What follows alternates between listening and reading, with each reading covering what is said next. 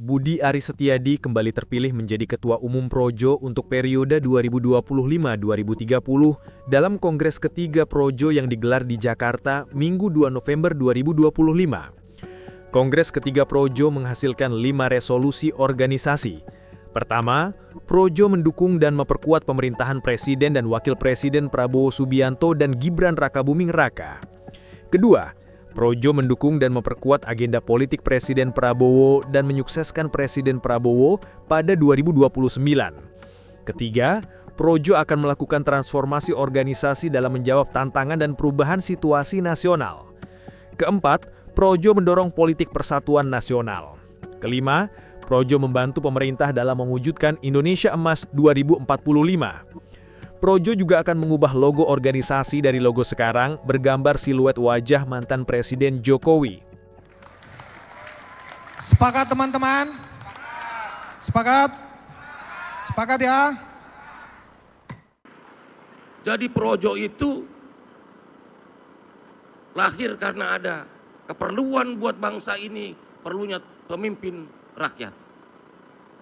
Jadi sejarah Projo adalah sejarahnya Pak Jokowi sampai 10 tahun berlangsung dari 2014 sampai 2024. Karena saya mendapat berita dari berbagai media, kok ada yang bilang Projo pisah dari Pak Jokowi. Ini luar biasa sekali framing adu dombanya.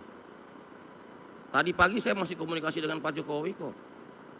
Bahwa perubahan logo ini adalah bagian dari transformasi organisasi Projo untuk menjawab tantangan dan perkembangan zaman.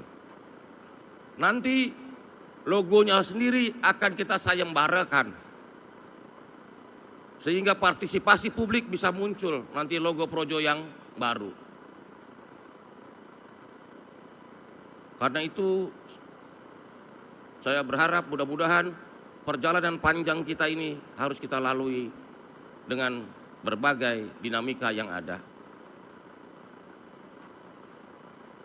Setelah 10 tahun pemerintahan Pak Jokowi 2014-2024, kita memasuki fase baru, pemerintahan baru. Sehingga Projo pun harus menyesuaikan diri, harus beradaptasi, harus bertransformasi untuk menjawab berbagai tantangan ke depan. Sebagai pemerintahan berkelanjutan, pemerintahan Pak Prabowo Gibran harus kita kawal.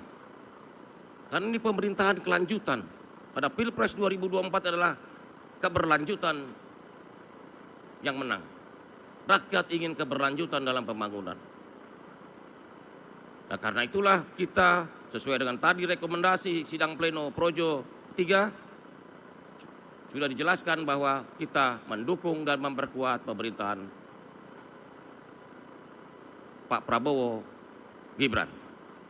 Karena itulah kita berharap juga bersama teman-teman yang lain dan segenap hadirin sekalian, bersama-sama rakyat kita sama-sama menggerakkan, mendukung, memperkuat agar program-program kerakyatan Bapak Presiden Prabowo bisa betul-betul terasa manfaatnya bagi rakyat.